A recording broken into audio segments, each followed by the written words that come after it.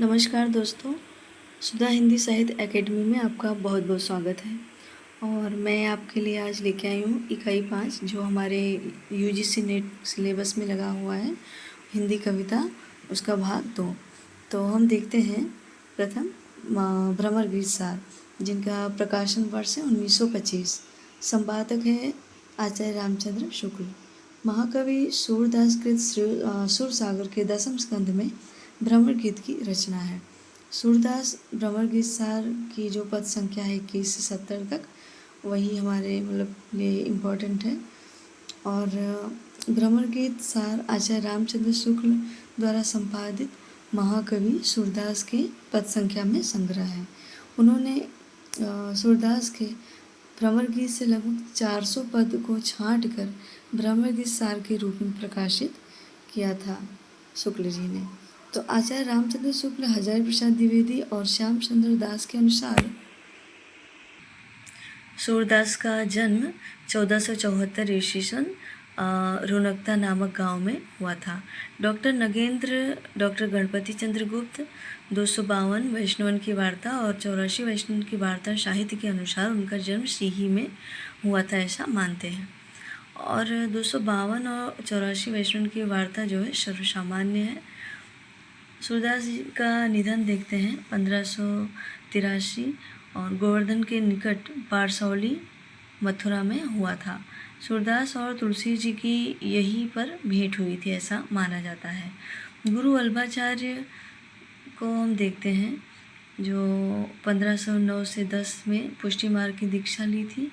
और सूरदास के उपनाम फिर देखते हैं हम, ये सब इम्पोर्टेंट पॉइंट है। सूरदास के उपनाम है पुष्टि मार्ग का जहाज, जो नाम दिया है उन्होंने विट्ठलनाथ ने कहा है। क्या कहा है? पुष्टि मार्ग का जहाज सूरदास जी को। भक्ति का समुद्र वल्लभाचार्य और नाभादास दोनों ने कहा है। भक्ति का समुद्र किसने कहा है? वल्लभाचार्य और नाभादास। और खंजन नयन किसने कहा है? अमृतलाल नागर ने। वात्सल्य रस का सम्राट आचार्य रामचंद्र शुक्ल ने कहा है। जीवनोत्सव का कवि आचार्य रामचंद्र शुक्ल ने कहा है। हिंदी साहित्य के आकाश का सूर्य भिखारी दास ने कहा है। भिखारी दास ने एक दोहा लिखा है इसके बारे में। सुर सुर तुलसी ससि उड़गन केशव दास, अब के कवि खदियोत सम जहाँ तह करत प्रकाश। कुछ विद्वानों के अनुसार सूरदास जन्मांध थे, तो कुछ के अनुसार वे बाद में अंधे हुए। जन्मांध मानने वाले विद्वान का नाम हम देखते हैं। वार्ता साहित्य लेखक जो हैं गोकुलनाथ और मिश्र बंधु, भक्तमाल, नाभादास, आचार्य रामचंद्र शुक्ल और डॉक्टर रामविलास शर्मा, जो ने जन्म से ही अंध हैं ऐसा मानते थे। जन्म के बाद जो अंध मानते हैं वो विद्वान देखते हैं हम, जैसे कि हजारी प्रसाद द्विवेदी हैं, नामवर सिंह हैं, प्रियादास, भक्तमाल, मोतीलाल मेनारिया, नंद दुलारे वाजपेयी आदि ने बाद में मानते हैं कि बाद में ये अंध हो गए थे, जन्मांध नहीं थे। और फिर हम देखते हैं अब सूरदास जी की रचनाओं के बारे में हम थोड़ी सी संक्षिप्त जानकारी लेते हैं कि उनकी रचनाएं हैं। नागरी प्रचारणी सभा काशी के अनुसार इनकी 24 रचनाएं हैं। पीताम्बर दत्त बर्थवाल के अनुसार रचनाओं की संख्या इनकी है 12 और रामचंद्र शुक्ल के अनुसार इनकी रचनाओं की संख्या 9 है। हम देखते हैं हर विद्वान ने इन्हें इनकी रचनाएं कितनी है, क्या है, बताई गई है यहाँ पे। तो हजारी प्रसाद द्विवेदी के अनुसार रचनाओं की संख्या इनकी है 7 और वर्तमान में इनकी उपलब्ध रचनाएं 3 हैं, मात्र 3 हैं। पंडित दीनदयाल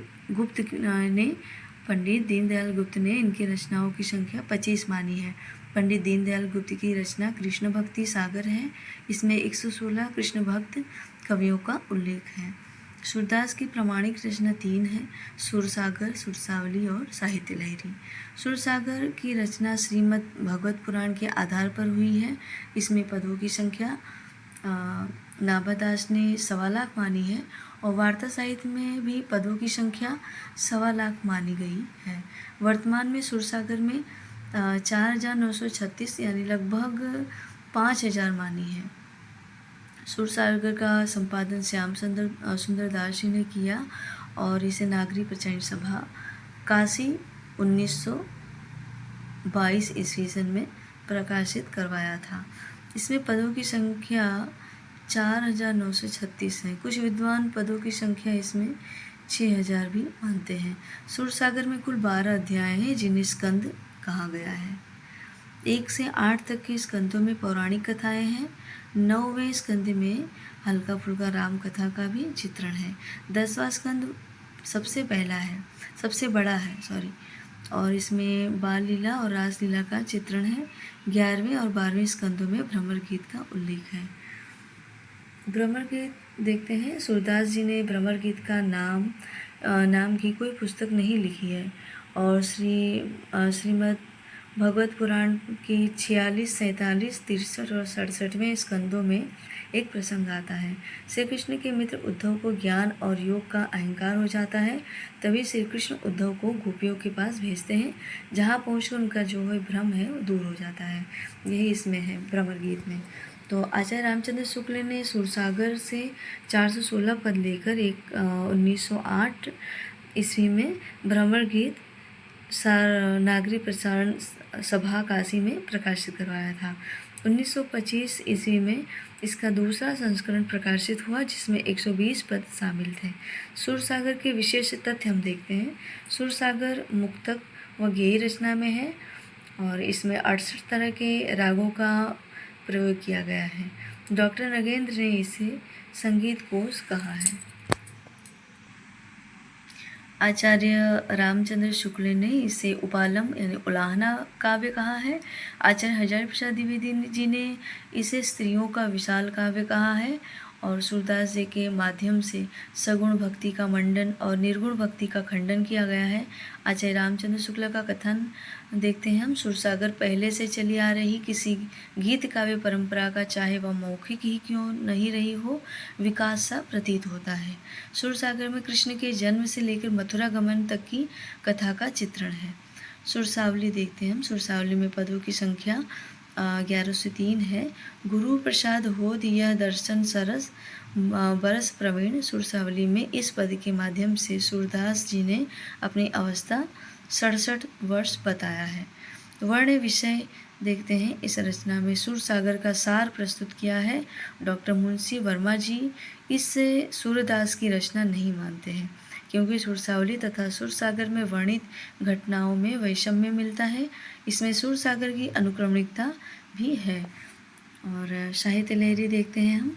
इसमें पदों की संख्या 118 है। नागरी प्रचार सभा काशी की और कुछ रचनाएं मूल रूप से इसमें 288 पद मानते हैं। और साहित्य लहरी की रचनाएं सूरदास जी ने नंददास जी को काव्य शास्त्र की शिक्षा देने के लिए किया था, ऐसा माना जाता है। और इसमें सूरदास जी ने दष्टकूट पदों का संकलन किया है। साहित्य लहरी में सूरदास जी ने अपने वंश का संकेत करते हुए स्वयं को चंद्रवरदाई का वंशज माना है। रचना काल का विक्रम संवत 1627 माना जाता है। आचार्य रामचंद्र शुक्ल ने साहित्य लहरी की समाप्ति 1607 माना है। रामचंद्र शुक्ल जी ने इस साहित्य का क्रीड़ा स्थल माना है और सूरदास जी की यह सर्वाधिक विवादास्पद रचना मानी जाती है। भ्रमर गीत सार सूरदास ने उन पदों को समाहित किया है और जिनमें मथुरा से कृष्ण द्वारा उद्धव को ब्रज संदेश लेकर भेजा जाता है और उद्धव तो हैं योग और ब्रह्म के ज्ञाता, उनका प्रेम से दूर दूर कोई सरोकार नहीं है। जब गोपियाँ व्याकुल होकर उद्धव से कृष्ण के बारे में बात करती हैं और उनके बारे में जानने को उत्सुक होती हैं तो वे निराकार ब्रह्म और योग की बातें करने लगते हैं। जो खिजी हुई गोपियाँ उन्हें काले भंवरे की उपमा देती हैं।